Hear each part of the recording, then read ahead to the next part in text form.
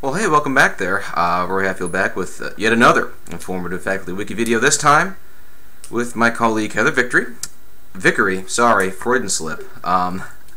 Victory still works. Well, when we used to work in the Boston Kaplan Center together way back when, I would often say V for Vickery. So I think that's where I got that from. But on a serious note, Heather is a full-time faculty member for us, and she's here today to really talk about the benefits of the Socratic Method. And Heather, I'll lead off with this. What are the main two, I would say, benefits of the Socratic Method? Main two. Yeah, there are a lot of benefits, but you probably are right in saying there are two biggies. I think the first one is something that I talk to my mentees a lot about, which is, we're teaching teenagers, and they will zone out if given even the slightest opportunity to do so. And so using the Socratic Method makes it so they can't zone out. They know that they might, that they're going to have a question thrown at them, and they're going to be expected to answer, because also you should make sure they answer even if they say, I don't know. So asking questions and consistently asking questions means that they know that's coming. And so even when they're not being asked, they're paying attention in anticipation of being asked a question somewhere down the line. So it keeps them engaged in the class, which is really important. The second most important reason is that by asking questions and having the students answer, you're making them do the work. When we tell them what, how to do something or what the answer is or anything like that, they hear it, but they're not processing it in the part of their brain that's going to make them remember it. So beyond it keeping engaged, it's also just they're going to learn better because they have to actually think of the answer.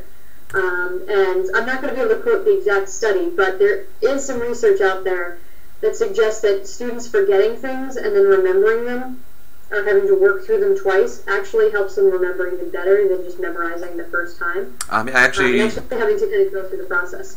Yep, I actually heard that on one of my, I think it was one of my podcasts. I think it was like the everyday, was that, are we talking about the same one here? He talked about how to study for school. He listed like 7 tips. Yeah. Okay. Yeah, I think it is that you should kind of get away from it and then remember it again.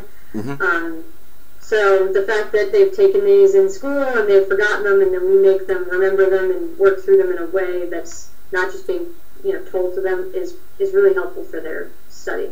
Now, first question I have, because there's a lot to be said about the Socratic Method. You mentioned participation. You said making sure students do the work. Is there a particular area in our because you also mentioned mentees, is there a particular area that you've seen as a mentor where really rookie or just sometimes veteran teachers aren't using the Socratic Method in class when they really should be? Yeah, I think when we get a classroom where the students are difficult for some reason or another, so either they're shy. So this happens with classes where no one knows each other. It's sometimes like when you're not talking, it's like crickets, right? And that's really scary. And so sometimes our kind of default is to fall back to just talking. Yeah. Just telling them.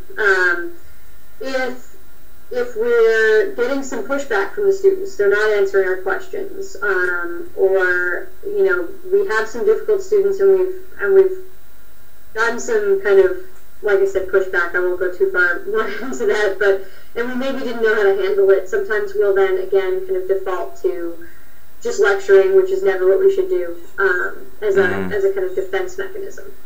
And so we want to be careful.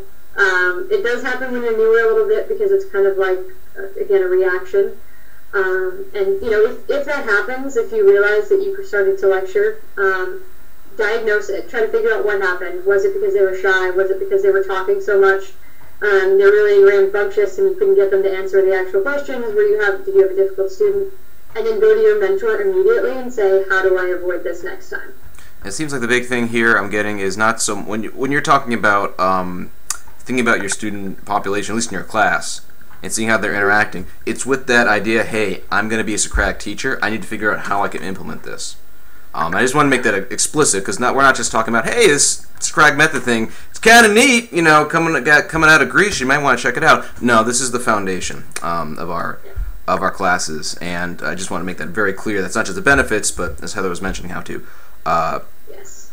you know, the ways of getting at it. Well, I'll tell you the next question I have is about, well, how do you ask questions to get students to respond? But I think that should be the topic of our next video. So I'll leave you with that. Heather, thanks so much for joining us today, and you'll see us next time for Asking Fair Questions. Thanks, Rory.